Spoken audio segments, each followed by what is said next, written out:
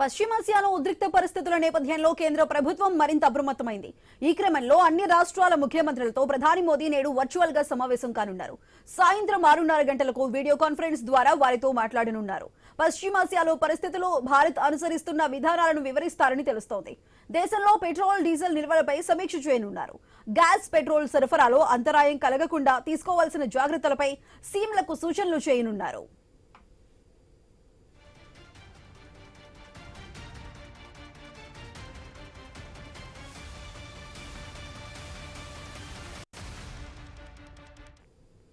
వచ్చే నెలలో అసెంబ్లీ ఎన్నికలు జరగనున్న రాష్ట్రాల ముఖ్యమంత్రులు మాత్రం ఈ సమావేశానికి దూరంగా ఉంటారని తెలుస్తోంది.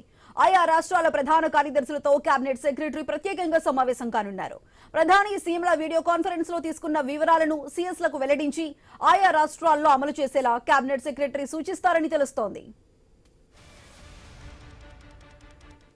ఇటీవల పార్లమెంట్ ఉభయ సభల్లో ప్రధాని మోదీ మాట్లాడారు. యుద్ధం వల్ల ప్రపంచ వ్యాప్తంగా నెలకొన్న సంక్లిష్ట పరిస్థితులు దీర్ఘకాలం కొనసాగే అవకాశాలున్నాయన్నారు. ఇది పరీక్ష సమయమేనని తెలిపారు. సంక్షోభం నుంచి బయటపడడంలో రాష్ట్రాలన్నీ కేంద్రంతో కలిసి టీం ఇండియాలా పనిచేయాలని పిలుపునిచ్చారు. ఎలాంటి పరిస్థితినైనా ఎదుర్కొనేందుకు ప్రజలు సిద్ధమై ఉండాలని కోరారు.